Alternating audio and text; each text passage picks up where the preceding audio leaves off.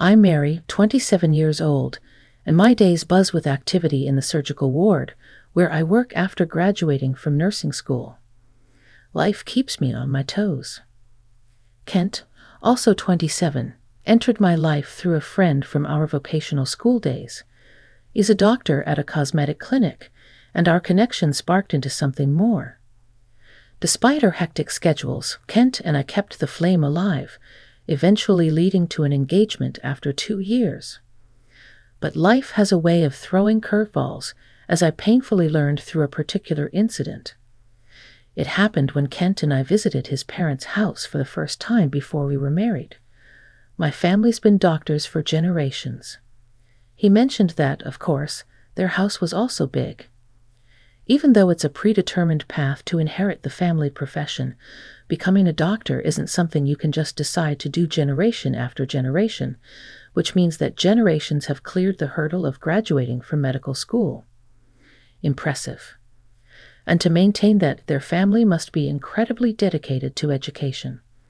I could tell by the sparkling clean entrance and the vase on the shoe cabinet, which was adorned with beautifully maintained Casablanca lilies.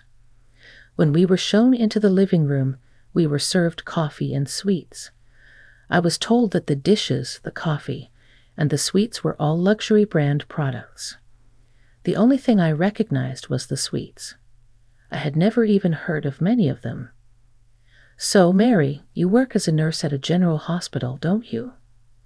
Kent's mother inquired. She is very much a doctor's wife. Yes, I do, I answered nervously. Are you a registered nurse by any chance? Well, actually, I'm a practical nurse. There are registered nurses and practical nurses. I was surprised to be asked, but I guess that might be something a doctor's family would be curious about. However, it seemed to be an important factor in Kent's family. That's problematic. Kent's mother said, practical nurses, unlike registered nurses, can't perform medical procedures without a doctor's orders. But since I don't work at Kent's family's clinic, it didn't seem like it was about needing an extra hand. Then his parents started saying something quite peculiar. Being a practical nurse, your income potential is capped, isn't it? That would mean you'd have to lower your standard of living. And genetically, whether you can bear children who will maintain this family's lineage. Well, think it over. We received this gentle yet dismissive rejection typical of upper-class families and left Kent's house. We got more opposition than we thought, I said with a raised frown as we left Kent's house and walked down the road to the train station. But at that moment, I thought we could still make it work. After 2 years together, after all, things often don't go exactly as planned in life, right? But they didn't outright oppose us, and he said so too. Encouraged by his words, I hoped that they would take the time to accept me. However, I was about to learn just how naively optimistic that was. 2 weeks later, Kent called me.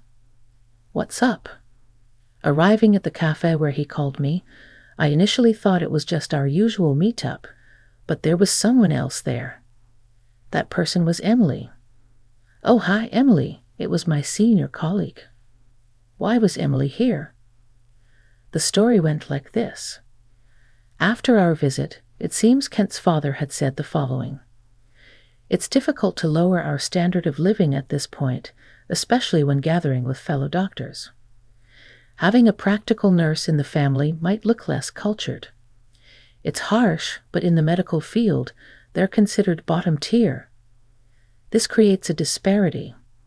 In the end, it would make both Mary and you unhappy, he added. Mary works at California General Hospital, right? I know a doctor there.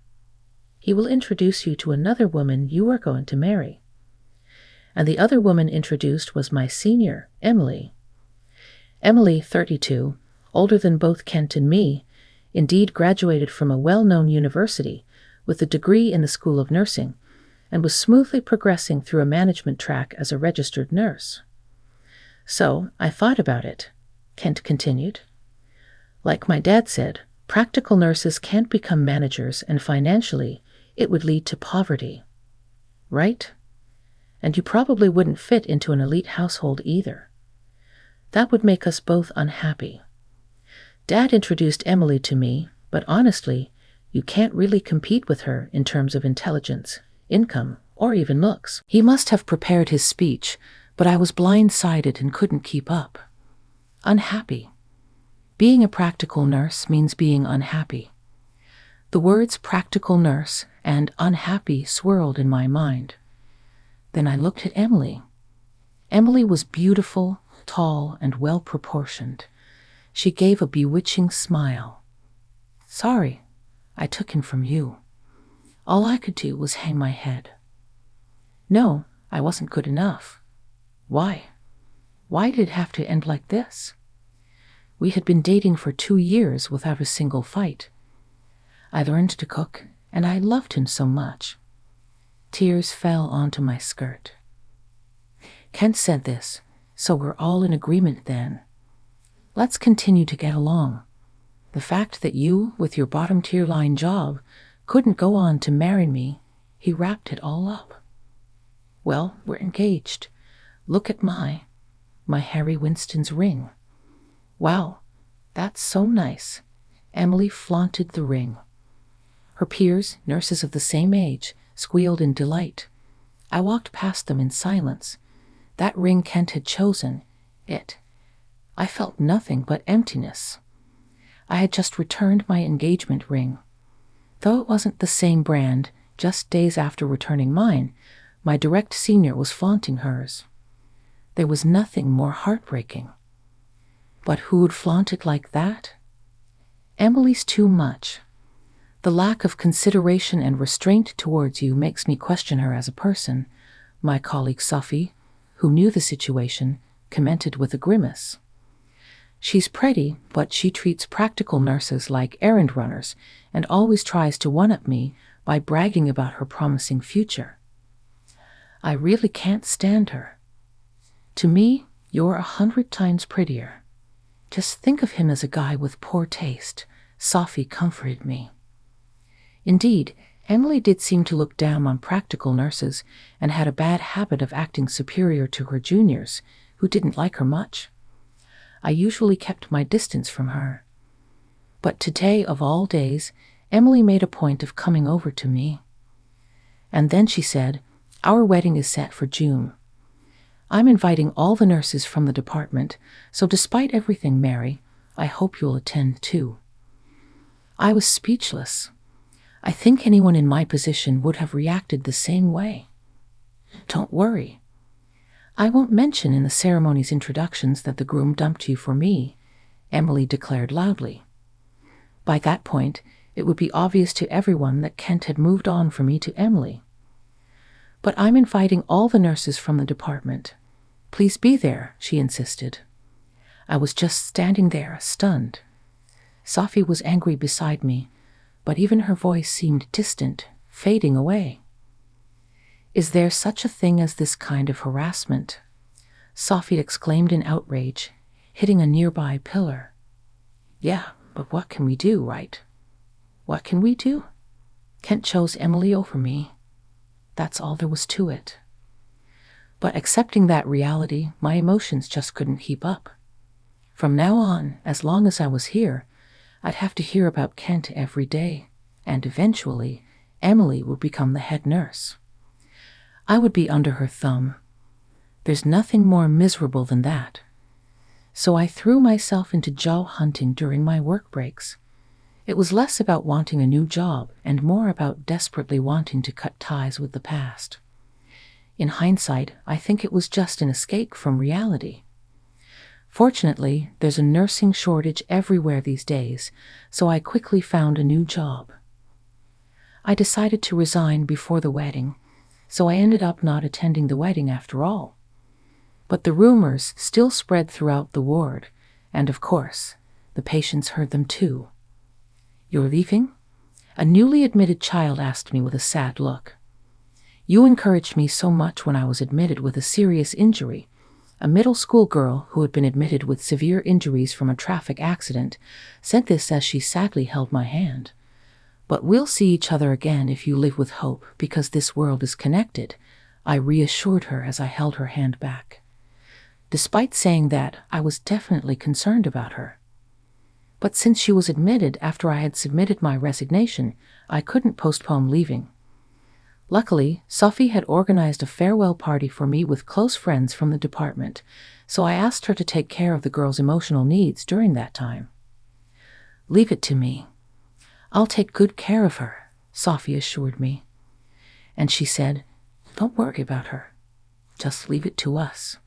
Go ahead and move on to the next stage and forget about your ex and that thieving cat." Years later, the close friends from that farewell party decided to have a reunion. It was like a reunion, and we met regularly, but that time was a bit special. Even after being kicked out of the bar at last call, we continued talking outside, chatting away until after midnight. That's when I was asked to do something. I had deleted Kent's contact from my phone, but one of the friends had his number and arranged for us to meet through her. That was what I was asked to do. "It's been a while," he said with a condescending smile, not even a hint of embarrassment. "So, what are you up to these days?" At the cafe where we met, Kent ordered a coffee and then dumped a ridiculous amount of sugar into it. I knew it, but remembering such things irritated me a bit. And to be told by the man drinking that sickly sweet coffee, still in a bottom-tier job, well, I guess there's a cap for practical nurses. I made my tea without any sugar or milk. Even after all these years, it irked me that he still used terms like bottom tier. Is there really a bottom or top tier to jobs? I thought about this when we broke up. But people like him look down on others to relieve their stress. Such folks will always belittle those they consider beneath them. Just watch. I'll crush you. I'll give it all back to you. After downing the tea and looking at the empty cup, I felt a switch flip inside me. I'm going to shake up and turn over your value system today. I slammed the empty cup down with a clatter, intentionally making noise.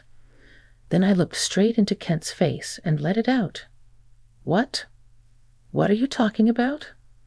My salary is now over $300,000. Kent froze, still wearing the mocking smile he had when he belittled me. I began to tell him about the path I took after we broke up. Just before I left the California General Hospital, a girl who had suffered facial injuries from an accident was admitted. She had broken bones too. Meeting her changed my life. I shared what I don't understand. It felt like a flurry of question marks were floating above Kent's head. I continued anyway. She would cry every day and night about her scars. She was underage, and her parents seemed opposed to cosmetic surgery. She had a crush, but in an instant, everything turned dark for her. It's tough, especially for a teenage girl. I've never felt more fulfilled as a nurse. Having studied anatomy as part of my nursing education really came in handy. I taught her how to apply foundation. I explained how green concealer can counteract redness and how to use shadows and highlights to bring out the bone structure beautifully. It was all about rehabilitation makeup, and she became so much brighter. It's amazing how makeup can transform someone like that. I was so happy to see her change. Coincidentally, my next job was in emergency nursing. There I met many people who had been suddenly thrown into similar situations due to accidents. I taught them how to cover up the scars on their faces and arms. And then especially women and mothers were so grateful, and I found a real sense of purpose in that. While working as a nurse, I also studied makeup. After we called off our engagement and I found myself single with some savings, I decided to open a studio for rehabilitation makeup. I don't heal wounds, but I offer a way to live with them every day. Hey, wait, so you're saying you've become a rival to me in cosmetic procedures? Kent scoffed. Rivalry would imply you have actual skills in cosmetic surgery and a thriving business, right? Well, Kent D.D., unfortunately, you can't really be considered a rival, not with your clinic, I said. I then tapped on my phone to show him. It was a screen of Google reviews. Kent's cosmetic surgery clinic was criticized for focusing on flaws, overcharging, and subpar surgeries. In contrast, my studio was flooded with positive feedback. I feel more positive. My scar doesn't bother me anymore. I think these results are going to hit you like a body blow, I remarked, seeing Kent speechless. I continued with a rush of words. I'd heard from clients who came to me after visiting you. You propose expensive treatments to people who just want a simple procedure and then suggest additional surgeries for flaws they weren't even concerned about, like a low nose, thin lips, or wrinkles, and inflate the cost. But it's their choice to undergo surgery or not, Kent stuttered. Exactly, it's their choice, and many choose not to go through with your procedures and end up coming to my makeup studio instead, where I offer not just rehabilitation makeup, but also general beauty and anti-aging makeup. Now this review was particularly telling. I pointed out one of the critical reviews. One patient ended up with an uneven buttock. She's currently visiting my studio. Kent's face turned pale. She is suing us now, isn't she? He blurted it out before I even had to say anything. That saved me the hassle of explaining, which was quite convenient. Yes, she is. But I've expanded my services. Not just makeup, but I've also integrated a gym, focusing on a holistic approach to beauty. She came to us quite down, but as she worked out and built muscle, her body line improved, and her mental state became much more positive through small successes, I explained. So, with you being sued and lacking skills, how could you possibly be a rival to us? You should really get over yourself with your bottom-tier skills. I emphasized the word bottom tier quite deliberately. Bottom tier? You said it, didn't you? Instead of saying that bottom-tier skill comment that came from a client at the gym directed at you, Kent just bit his lip and fell silent. I wondered how it feels to be hit with the word bottom tier. I straightened my back, deliberately looking down on him. Then my phone rang. It's done, came the message from Sophie after listening to her and hanging up. I turned to Kent with a blank expression and said, "There's another piece of news today. It seems the results are in."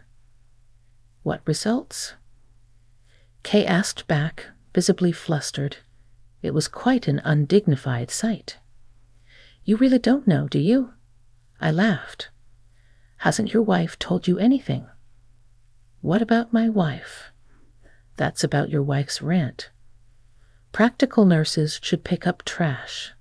They are slaves. That's problematic, isn't it? It is definitely a violation of labor laws." "What?" "She could be dismissed on disciplinary grounds, so you can look forward to that." I placed the money for my drink on the table and smiled at Kent, who was sweating profusely. "The difference in earning between you and me at the time we were dating has probably reversed, and the gap has even widened in the nursing world." Rumors spread fast. "Your wife probably won't be able to find another job easily, especially after messing up at a big hospital like the California General Hospital," I said. Kent seemed unable to believe it. "Such a thing? No way," he muttered to himself, dripping with cold sweat. "Today, I came to see you as part of a plan devised by all the practical nurses who had been looked down upon by your wife," I explained. "Emily, who boasted about marrying an elite doctor because she was a registered nurse. I wanted to see the look on the face of the husband who provided the foundation for her arrogance when he heard about today's proceedings. Do you think it's insidious?" "But that's exactly what we, who have been looked down upon by both of you, naturally wanted to do." "No, you thought you were the privileged class, loved by money. The husband was overed by the bottom tier he laughed at, and the wife was crushed by the bottom tier she mocked. How does it feel now?" As I was leaving, I threw in one last comment. "Also, you might not have noticed, but just 20 meters from your cosmetic surgery clinic, my studio stands. I've also set up a gym nearby. So when your clinic goes under, I'll buy the land." "It's bound to happen soon," I said. Kent's eyes rolled back in shock as I exited. Kent's cosmetic clinic soon went under. The reviews and the stories from clients who considered his clinic but then chose us made it somewhat predictable. I opened a yoga studio on the clinic's former site. I heard Emily was fired over the labor dispute. While I was inspecting the site for the yoga studio design, I encountered Kent and Emily. Perhaps they were there to sigh over the site's fate. Upon spotting me, Ken approached and said, "Hi, long time no see." "Congrats on expanding with the yoga studio." "There's no need for congratulations if you don't mean it," I replied coldly. "Hey, you're expanding your business, right? How about adding a cosmetic clinic too then?" he started to suggest. "I'm not interested in hiring incompetent doctors," I stated firmly. "Well then, at least let me," Emily interjected. "I don't need staff who lack teamwork, who are prone to looking down on others," I flatly refused. "I'm sorry, but I can't have a constructive conversation in the presence of the previous owners," I told the real estate agent who accompanied me for the inspection, and they kindly escorted the two out. This is how I successfully established a yoga studio near my makeup studio. A few years later, I was attending a wedding. Though I say this, it wasn't my wedding. It was the wedding of the girl who had received stitches on her face just before I left the California General Hospital. "Thank you so much." Mary helped me stay positive. He told me that my facial scars were no big deal, that he only noticed when I told him about them, and he even said that he loved me with the scars on my face without makeup. She read the letter. "Congratulations. Truly congratulations." I shed tears. Life is not for those who look down on others negatively, but for those who look up and live positively. I will continue to work to support those who want to look up and move forward.